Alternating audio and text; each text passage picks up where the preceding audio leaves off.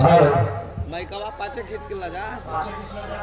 दूर जितनी आपो हो जाए हां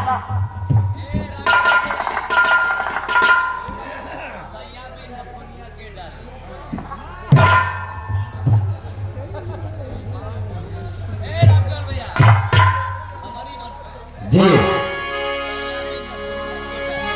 ठीक वाह 1 2 देखा गाजीपुर में बसा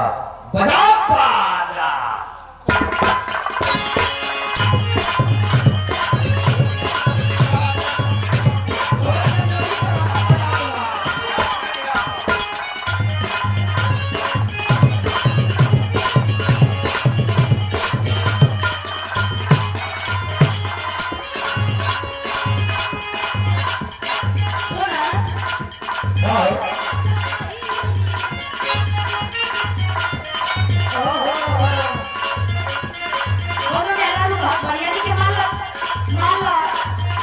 कुमार मामा कमाल काम करते हैं हां माने कहता क्या कहते हैं मामा ए हां ए राजा कही देती नहीं माने लो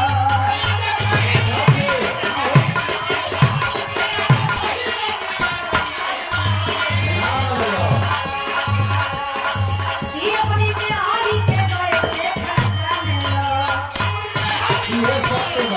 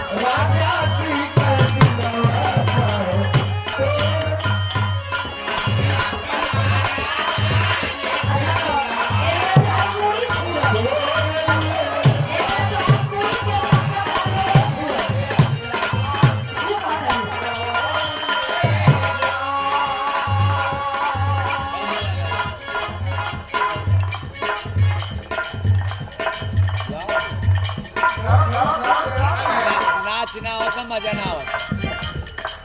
हमनी के मन वाला ना होता अपन मन वाला कर लगा मामा के द्वारा ई मामी को बताई है हां ई मामी के सम्मान में मामा को दे रहा हो श्री श्री कुमार मामा जी को और हमरे गार्जियन ये छोटे लाल यादव है जो हमारे लिए कोर्स करते हैं इनके 3 बेटा है एक आर्मी में एक रेलवे में जाऊंगा और एक अखिलेश यादव जी का भाई जो है क्या बात है ताली बजा रही है पास ताली बजा रही वाह ये आशीर्वाद दे भाई बहुत धन्यवाद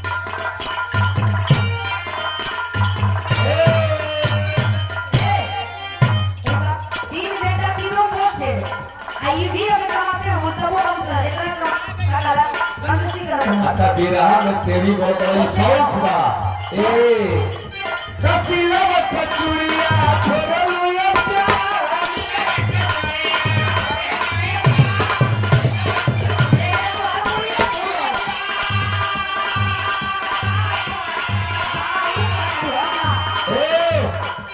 जैसे तुम कहा तालू हमार माई बहन लोग भी सुनत तारी बिरहा अच्छा कौनो में हाल तोहरे दोष नहीं खे कौनो में हाल अपने मरद पर खुश ना रहली नहीं ई ना माने उनके तक अरे कहा रही ए क्या करो फिर नहीं मसाली दाई हो सुहाग करो ना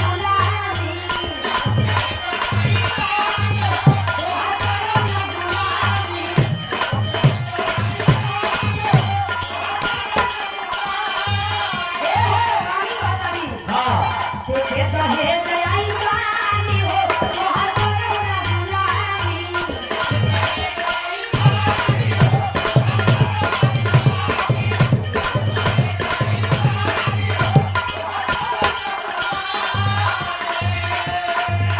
वो कुछ कहता हो का बता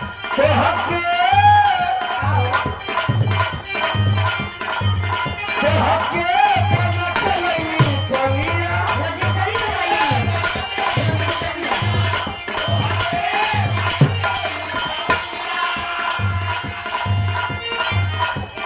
तो हके पलक लई कनिया अच्छा और बोला काढेला पानी पड़े कनिया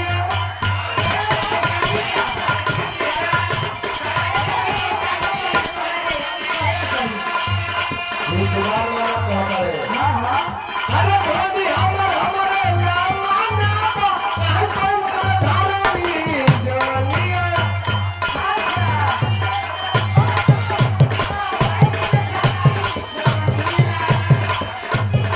हां ए हो मन में जे तोहरा समान रही राजा जी ना रही ना रही ना थोड़ा ले जाओ हिलाई के कतना हिलाई के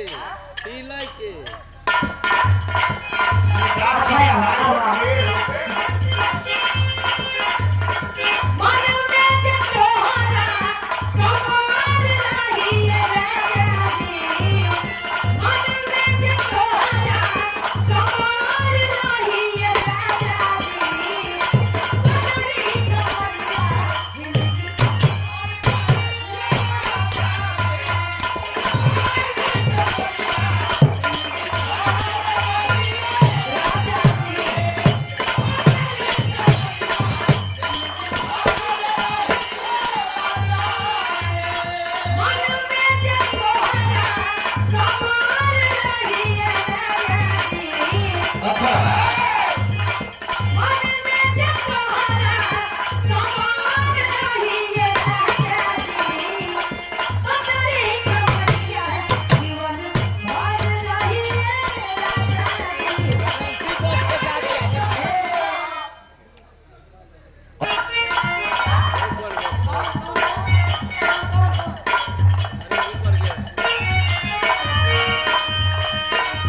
मामा का 6 सुन के मोड़ लो अच्छा हां लगा लो